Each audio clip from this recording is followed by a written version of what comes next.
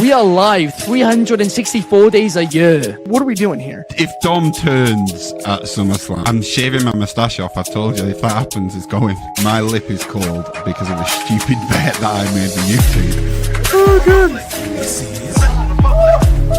Wrestle's better than Daniel Bryan Daniels. Better than Okada.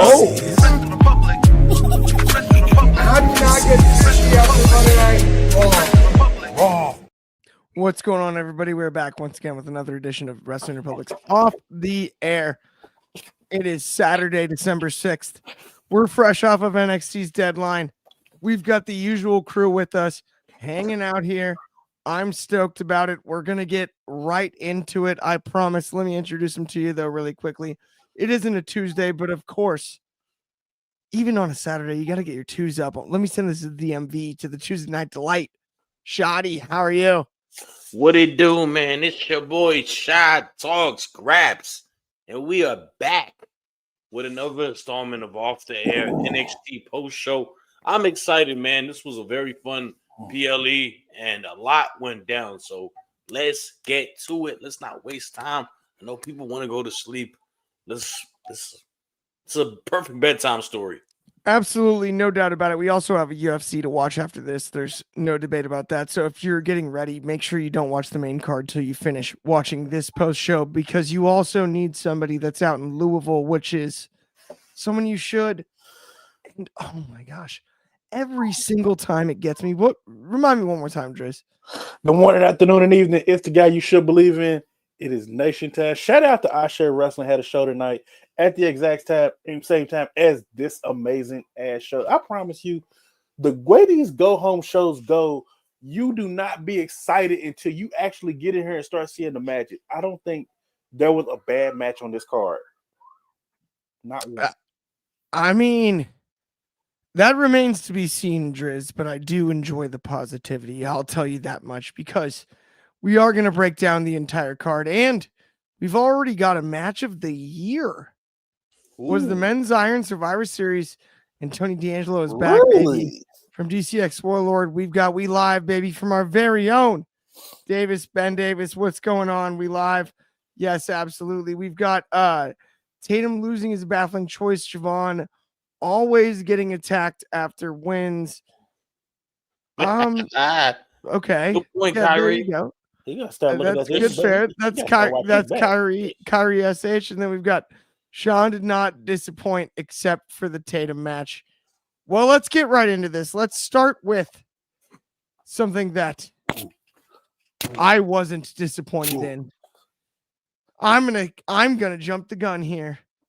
If you saw Oba Femi versus Ricky Starks and you weren't as excited as I was by the result, then you just hoped for a big old Cody and Friends party at John Cena's retirement match, where we get all the good guys. I already made a Care Bears joke. You can't make it goofier than that. And thankfully, Oba Femi beat Ricky Saints. The Saints will not be marching in to Washington, D.C. next Saturday. Absolutely not. It will be the ruler, Oba Femi, taking on Cody Rhodes, and that I am so excited about. Thank you, NXT tonight. Oh, what a nightmare if we'd have had Cody versus Ricky Saints. Like, I mean, what a joke that would have been. But these are the nightmares. Driz, These are the nightmares that keep Clark up at night. Driz, I gotta ask you, Get that hate out your heart, bro. What did you think about Oba versus Ricky? I actually enjoyed this match 10 times more than the first one. This match was a whole lot better than the first one. There was a lot more things to like about it. There was more physicality. There was a lot more. There wasn't a bunch of dropping on the head. It wasn't like he was focused on the head the whole time, but there were callbacks to it. And then just to see Oba Femi truly be taken to the limits with Ricky Starks. Ooh, I call him Starks. That's $5 in the tip jar. can't say I have nothing bad to say about this match. Honestly, God, Ricky, Clark ain't gonna like this, but I think this is Ricky's best match in NXT so far too. This was just a really good, really fun match. No, and Ricky seemed to really beat himself up afterwards, but I have no issues with this match. I almost wouldn't mind seeing him go at it again, which at this point I think we need to do. The rubber match needs to happen now. I look forward to this because it's gonna happen. Clark is gonna be very upset about it, but yeah. Not so, in the words of the recently retired Lee Corso, not so fast, my friend. I don't think there's any guarantee Cody Rhodes goes over Oba Femi like there was Cody Rhodes beating Ricky Starks. Saints. See, fat eyes at the tip jar. I think there is potential for an Oba Femi victory, and we'll get to that after I ask Shad his thoughts as far as Oba, the ruler, taking on Cody Rhodes, and then we'll get to some comments and talk about this. Yeah, I mean, honestly, look, this is not anything in disrespect to Ricky Saints. I think Ricky is starting to really click on all cylinders in NXT. I think he's getting more comfortable. I think the character is coming more into fruition. Potentially heel. I think the heel dynamic will settle in at some point, and we'll kind of get the guy that they signed from AEW on the NXT. But you talk about a match. You talk about Cody Rhodes, the quarterback of the WWE. You talk about the World Heavyweight Champion. You talk about one of the biggest faces of the company. He needs to have a match versus someone that is going to sell you that fight. And Oba Femi is that competitor. Oba Femi is 10 times the star that Ricky Saints is. And that isn't saying anything like against Ricky. I promise you, I think Ricky is remarkable. But Oba Femi is he's a generational talent, and we don't use that term loosely. He's a guy that is going to accomplish what Cody's accomplished, what Roman's accomplished, all of that. He's somebody that has a lot of, untapped potential on the main roster. And Saturday night's main event, that's where you showcase it. You put him where the lights are going to be the brightest.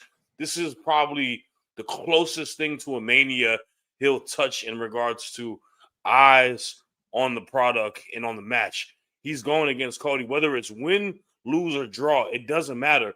He needs to be put in that position because he is next up. And I think that is the smartest thing that they could have done tonight, is have him win that title, but more so win that stipulation that they had yesterday. Because you put the best people in position. The cream always rises to the top, and that is what Oba Femi is. Oh, yeah.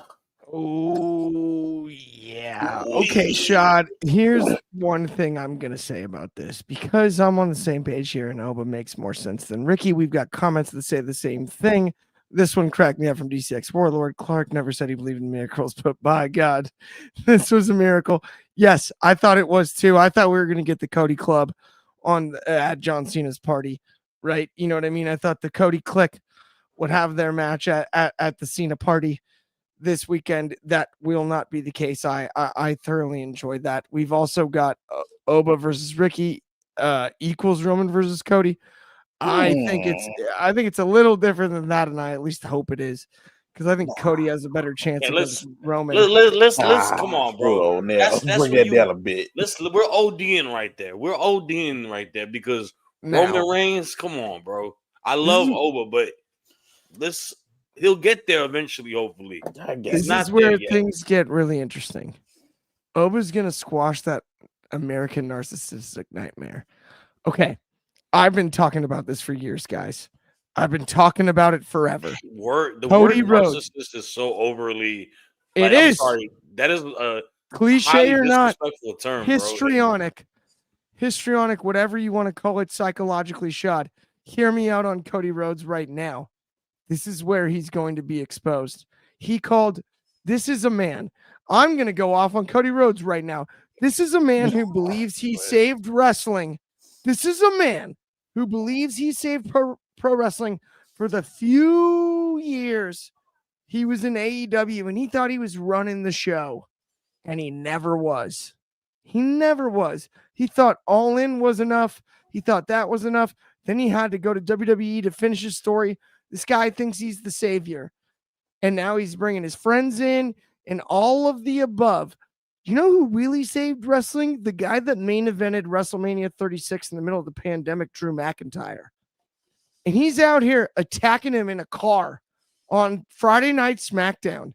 Drew McIntyre is the good guy in this situation.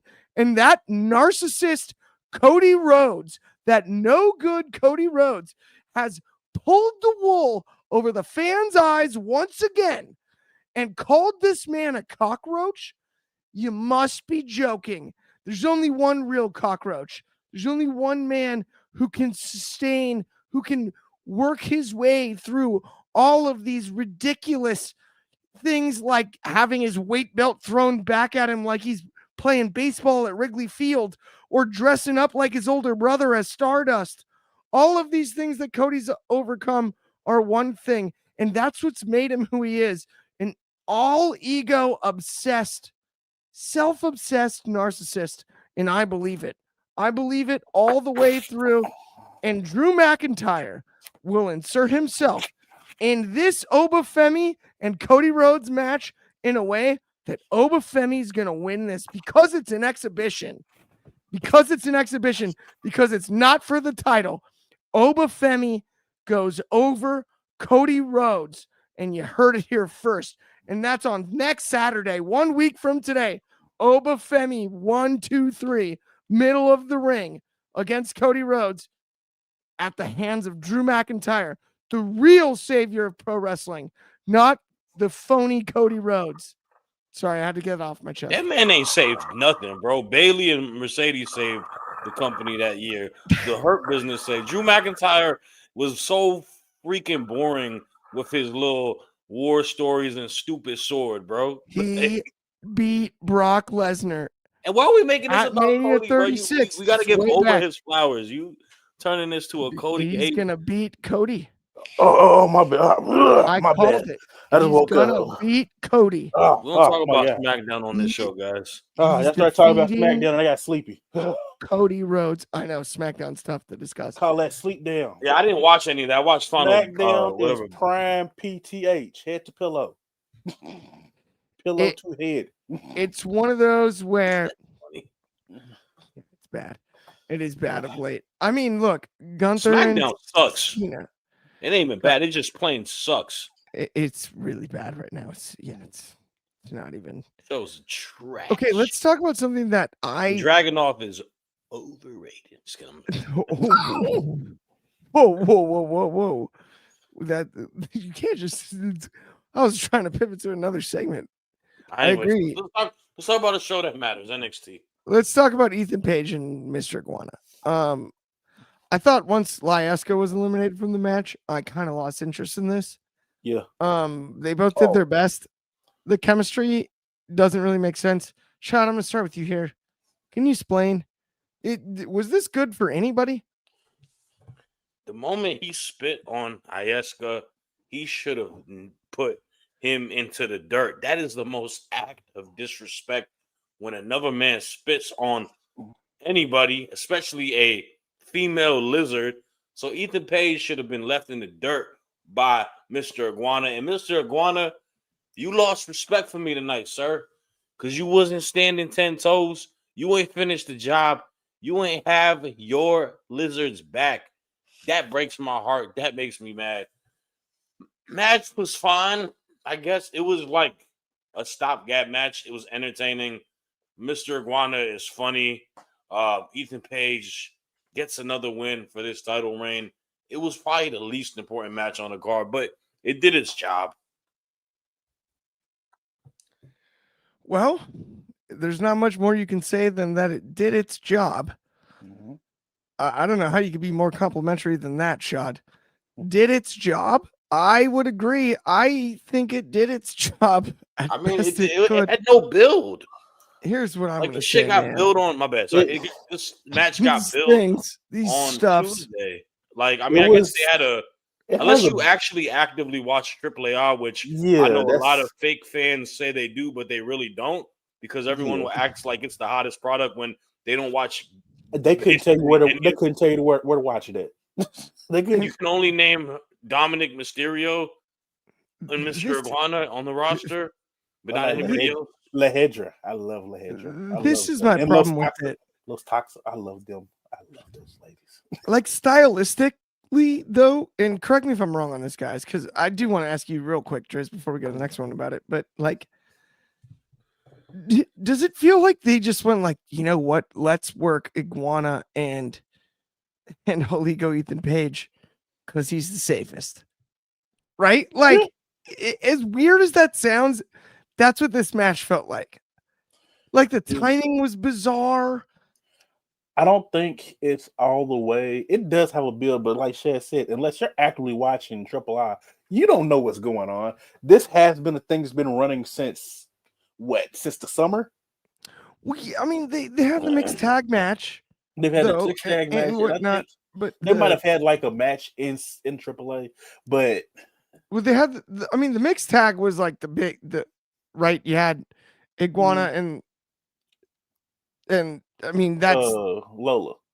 Yes, and I mean, I don't know. It's just such. It was there for the vibes. It was a AAA match, and it does sound bad, but Shad is absolutely correct. It did its job. It was a fun entertainment match. It got the kids going. It's like, yay, go to Iguana. Like, they're here for that. It's all a feel good. Well, not a feel good moment, but it helps the heel. Helps the heel champion get a win over a fan favorite. So I mean, like I said, like, but it also kind of brings me to a bit. I think it may cause a problem later on down the line with Mr. Iguana when we got to start taking him serious. It's something we had this issue with Orange Cassidy.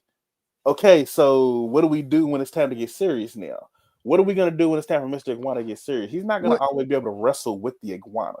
Well, and that's where I think if we had more time to unpack this fully, Driz, like that, I think that's what really bothered me is once Lyaska got thrown up the ramp, it was kind of like, oh, he's on an island by himself, and here's the litmus test, and you had that opportunity to do something a la and Orange Cassidy, like proving he can hang, and that wasn't the route that happened. It was a lot of setting up spot for a all egos edge that was reversed. Was the majority of what happened right out of there. And I think that was a little bit frustrating to me. But speaking of frustrating to me, because we have 3 matches left to cover, and I know that Shad, I'm going to actually just give Shad the floor for this. So here's the scoop. Tatum Paxley wrestled Izzy Dame.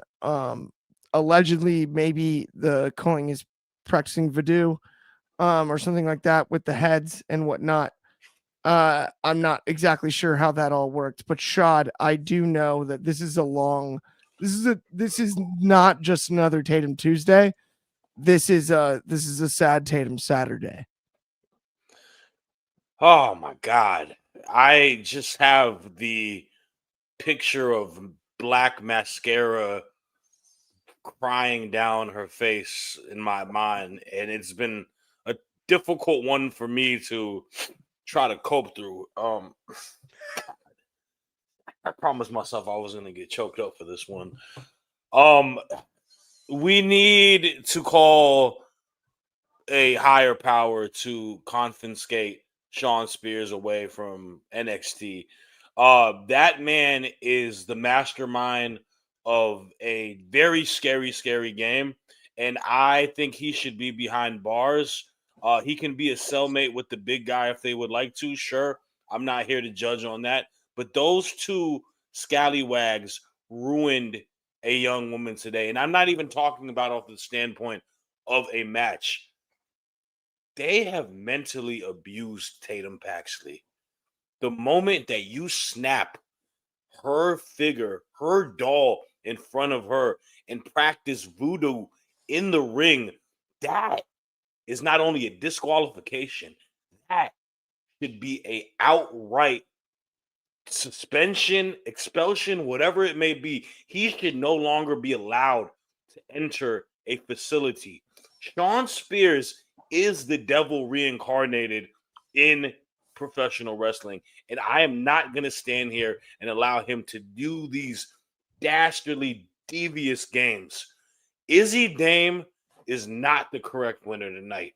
She cheated. They used voodoo. They destroyed that young woman's mind. And I promise you, I will talk to all the lawyers out there to get this rectified because this is not fair. Tatum Paxley has been done so dirty by NXT. And I may sign an oath where I might not even be on the show until Tatum Paxley beats Izzy Dame. Because this is something that emotionally I can't get past for a little while because Tatum is the pulse that beats in my wrestling heart. Okay? If I don't have Tatum Paxley pulling out victories, if I don't see Tatum Paxley's amazing smile that brightens up a village, like she's literally the sun in the Teletubbies that makes the whole background light up. The fact that we don't see that precious smile from ear to ear grin is a travesty. So yes, Sean Spears, you will find a cease and desist soon. Big man with the mohawk, I question you as a person.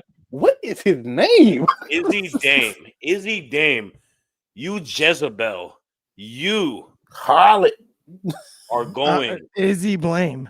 Izzy Blame, Izzy Lame, Izzy Shame, Izzy Frame. Bark girl. I think we've all been moved by those powerful words there, Shad. No, And no Izzy doubt is about not it. tame.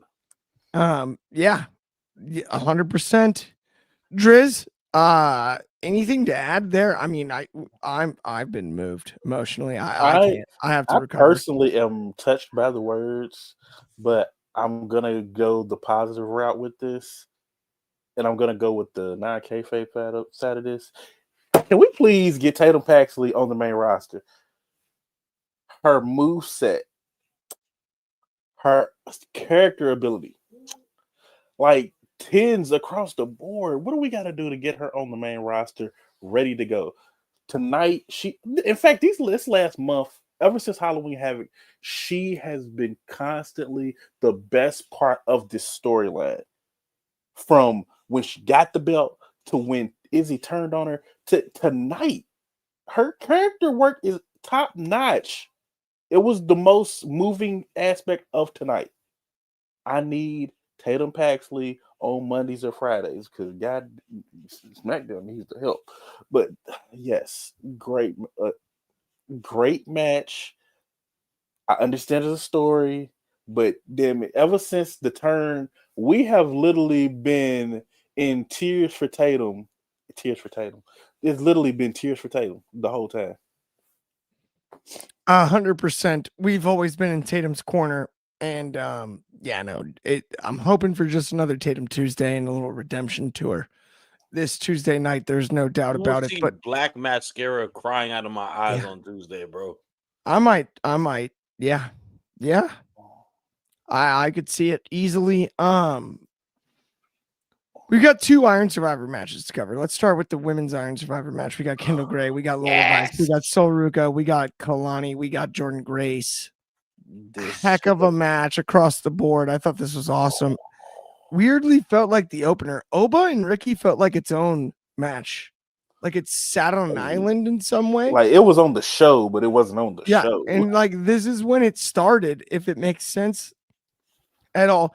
Kendall Gray of Evolve gets the victory. Driz, give me your thoughts on it out of the gates here. I called it this Tuesday. This was the most balanced Iron Survivor match, period.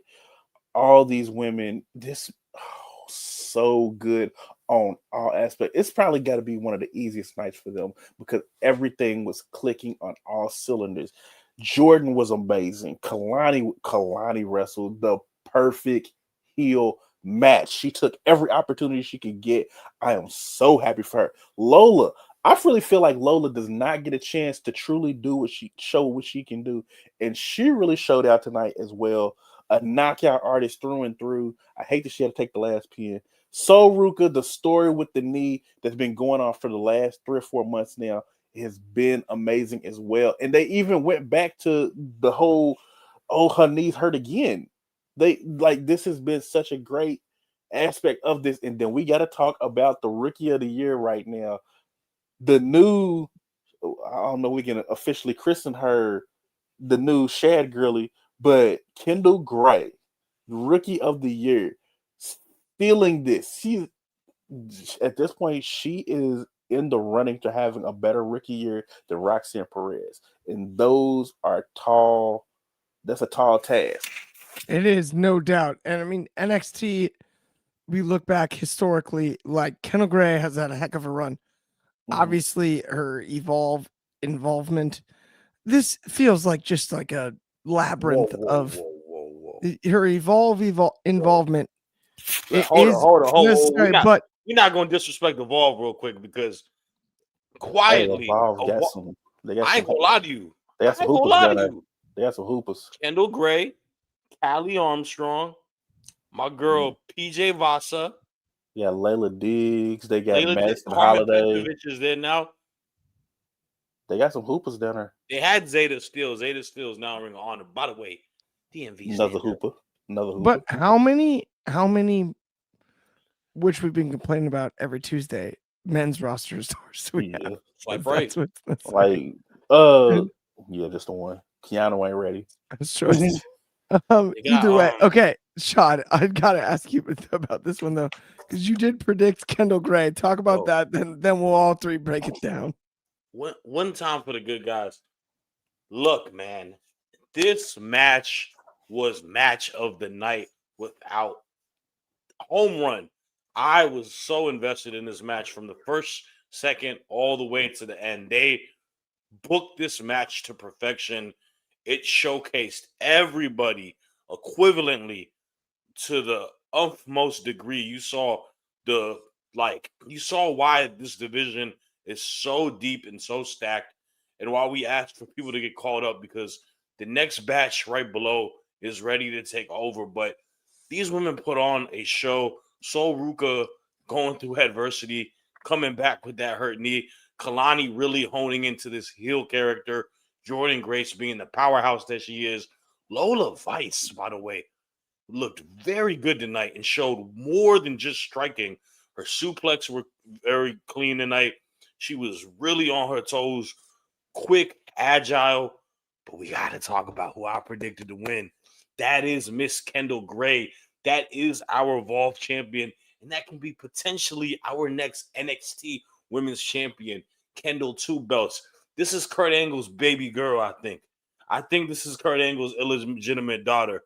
We might need to get Maury up for the DNA test, because oh my God, bro. She is nimble as they come. She is smooth as butter. She does everything so freaking clean. And she went out there and displayed a incredible showing tonight. She showed why she is the future of NXT. She showed why she can be a potential world champion if given the opportunity. And I thought this was, without a doubt, the right call. Whether she wins or loses, it doesn't matter. She needs to put herself in position to be like next in line. And I think that's what she did tonight. And you talk about the women's division as a whole. This is the reason why people will watch the show on a week-to-week basis, is because the ladies are just so far ahead of the men. And even if it's been an off year, that's still the one constant that NXT has. And I'm glad that they allowed them to go out there. This was probably the best women's Iron Survivor match I've seen out of all of the ones, to be honest with you. I just think everything is a cohesive unit, meshed very well. And I got to really tip my hat off to these ladies tonight, because they did their damn thing.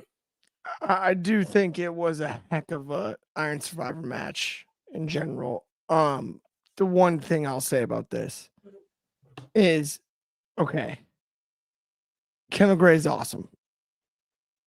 And JC Jane's been cool carrying the belt. A lot of people have been cool carrying the belt.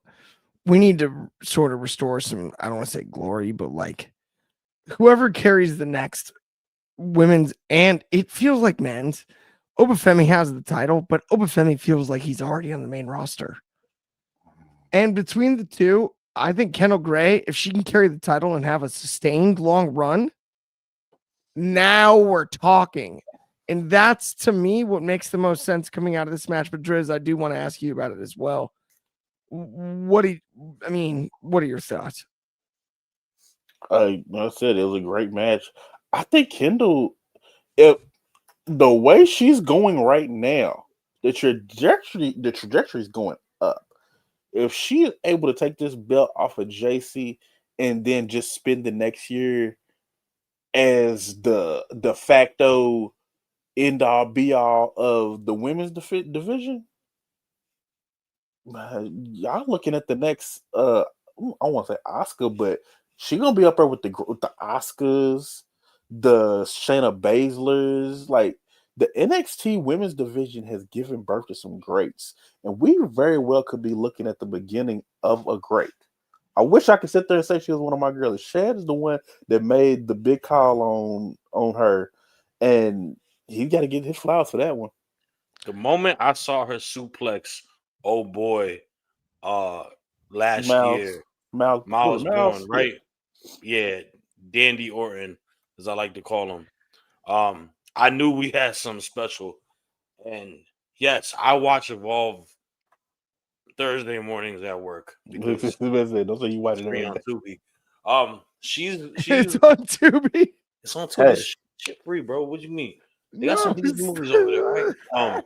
Don't judge. I'm not judging. She's special. Look, man. I don't care what nobody says, and I'm gonna say this right now. Ren QCC is better than American Made. Not even no quarter catch crew. The Ren QCC. Y'all put respect on the best head coach in NXT. Ren Sinclair. Ren's days. Ren QCC is taking over the world. I would love to see them beat the Kabuki Warriors from them tag belts. That would be sick. I'd be all over that. Because that is a unit add some more depth to that division right there, too. Dog, Ren Sinclair and Kendall Gray are a good, like, their chemistry together is so natural, and the synergy is right there. That's something special that they have. And that's who Shawn Michaels also said this week. He said 2026 is going to be a year y'all going to see Ren Sinclair really pop off. All right. Let's talk about this men's Iron Survivor match and then the big return at the end. Because we've got, first and foremost, they sort of head faked us on Dion Lennox. And I almost said Dion Lewis. Shout out Chad for that. But it's Dion Lennox. And at the end of the day, they almost had us. And he looked awesome in this match. But it's him, Joe Hendry, Javon Evans, Leon Slater, and Miles Bourne. This match was awesome. Tie ball game headed to the end. It is ironic. We had two buzzer beaters. Javon beats the buzzer and ends up picking up the victory. I enjoyed every second of it. Then we had the return. But before we get to the return, Driz, I do want to ask you about the match itself. What were your thoughts when it came to Javon coming out the winner and it's tied going into those last 2 minutes? First off, before we get into anything, I want to apologize to Dion Lennox. I was not aware of your game, sir. I truly have gone over these last few weeks thinking that Dark State as a whole is a joke, but singly, you guys probably need to be separate. And although that kind of, with you having this great showing in this match, proves me right, you definitely stepped up further than what I expected you to. I really thought you were going to be the fall guy for a lot of this, but you came in tonight and got the second fall of the night. Honestly, the true real first fall, because you got the fall when everybody else was still in the match. You were very intense. You were very powerful. Your presence was amazing as well too. All the telling everybody shut their asses up. That's the stuff that you look for in people, and the attitude, perfection. And you did it. I think what makes it even better is you did it without Dark State. That is the biggest thing about this. You stood on your own 2 feet and damn near won this match. as far as everybody else, Leon Slater and Javon Evans, you knew what you were getting with them. Miles Bourne was another good one in this. He finally doesn't look like Randy Orton Jr. in this match. Yes, he looks like him. Yes, 100%. Randy Orton probably had this kid, but Miles Bourne did not wrestle like Randy Orton in this match, and I really appreciate that. He's looking like he's standing on his own 2 feet. Joe Hendry, he did Joe Hendry things. He was very. This match doesn't necessarily go to his strengths, but incredible match. Not as good as the women's, but still, it did do its job. Good job out of guys. Yeah, no doubt about it. And yeah, I'm with you. Dion Lennox really did show out tonight. D6 Warlord has a great comment here. He said, "What happens if it's a 5-way tie and time limit expires? Does it go into sudden death?" We were having that discussion. That has to happen at some point because I want to know the answer. I wish I knew it. Right? Like Kanye say, "I guess we'll never know." I guess we'll never know. Right? Yeah. It's kind of one of those right now, but I mean, look, I love the idea of Javon winning. I don't know if by the time that he challenges for the title, it's going to be Oba Femi, but if it is, I'd prefer Javon Evans winning that title from Oba Femi than Ricky Starks. So that's just me. But Shad, I got to ask you about it. We gotta return tonight, right? Well, we're gonna get to that. Yes. Oh yeah. Well, okay, fine. So we'll talk about the match first. All right. I thought the match was phenomenal. I think Javon Evans was the right choice. He's who I predicted to win. It's telling because Javon's story was last year. Remember, he lost split second. Trick came in and got it right underneath the rug from him. So for him getting it at the split second is good storytelling on that aspect. And plus, out of all the gentlemen, respectfully, all of them, Javon is the only one who is a threat. He's the only one who is a star.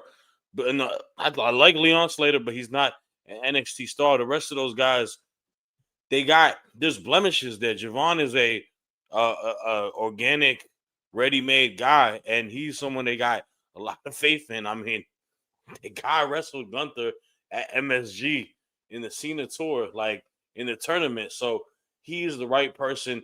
Javon needs to get the title off of Oba Femi. That's the story in place. Those are the 2 key guys on that men's roster. Those are the 2 guys that are stars at the end of the day. Kobe, stop course correcting me, bro. I will smack you online in the comments for saying that. I hate his guy, bro. Mr. Trivia dude. I'm sorry, they just knocked me off track or whatnot. What did he say? He said, last year was over. Oh, yeah. Well, Kobe, you know what, Kobe? Knock it off. You stop that, Kobe. Because ruin my take, bro. I'm shadow banning him, bro. No, don't do that. Don't do that. I'm putting him in timeout. Hey, he wanted to add me. I just put him on timeout, bro. Yeah, hold on. Don't block him. Which one is he even on? Don't block him. He watched the show just end abruptly. I didn't mean to ban him. I said just put him on timeout. You banned him. That's the funniest thing I've ever seen. Bro, he ruined my whole train of thought, bro. Banning the admin is hilarious. Boy. I don't think he could actually do that. Bro, he ain't never come in our comments until now, bro. Yeah, this guy does one watch along. He's just excited for UFC. He's trying to get us out of here. He's like, hurry it up. Wrap it up, B. Octagon after the night. You gotta wrap it up, B. Wrap it up. So long. Anyways, let's talk about what really matters in this match. Yes. Craven the Hunter. Tony D'Angelo is back. We've been begging for the men's division to be reworked in NXT. Guess what? You know the guy that beat Oba Femi first? His name isn't Ricky Saints. It's Tony D'Angelo. And he's back. And he's on his own. And I dig it. The new beard. It's cool. Ironically, I shaved mine. He brought his back. I might bring mine back too. Takes a little time to grow. I'm not a chia pet. But at the end of the day, I've never been more fired up because Tony D needs to be involved in all of this. I think that Tony D'Angelo is the most underutilized and overlooked superstar in NXT history at this point, given we put him in a box and we made him the Mafia leader. Let's see what he can do on his own because he has beaten Oba Femi. The history exists. Chicago men have the best beards here from DCX Warlord. Respect. Although I'm unbearded right now. I did just shave yesterday, but he also has the cocky Canadian gets banned. Just saying, guys. Is he from Chicago? Yeah, I don't know. Maybe now. We think. His gimmick, we've also got right here. His gimmick had such a low ceiling, he needed the rebrand. Yes. So what's the rebrand? He got a beard? We don't know. We don't know yet. He's a great promo. No, bro. I'm sorry. Him coming back makes no sense. This is vindictive to NXT being so like such cowards, letting people go and get caught up onto the main roster.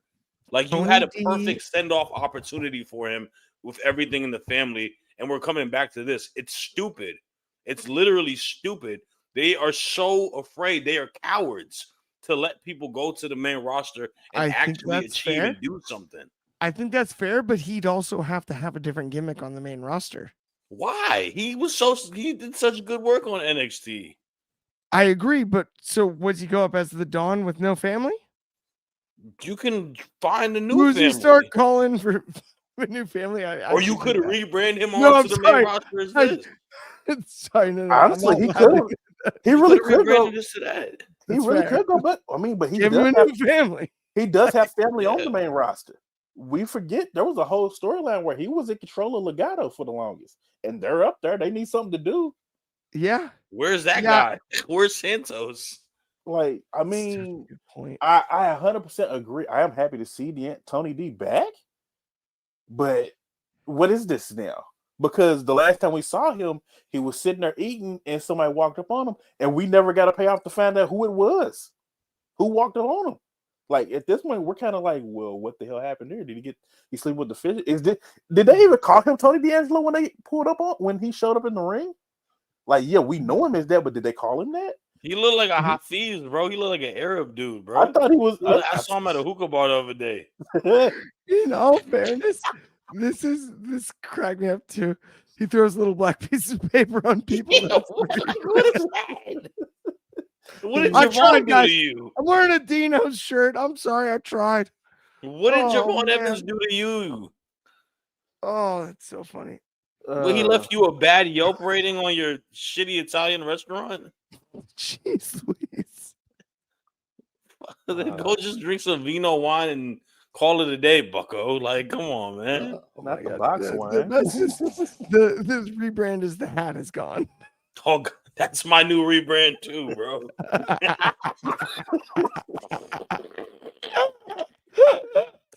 All right. I think with that brings us to the end of the show. We'll see y'all on Tuesday. I promise we won't rebrand before then. Or at least I hope not. But we'll see everybody on Tuesday night immediately following NXT on Off the Air. Check out the daily broadcast. Check out Grappling for Position. Check out everybody here.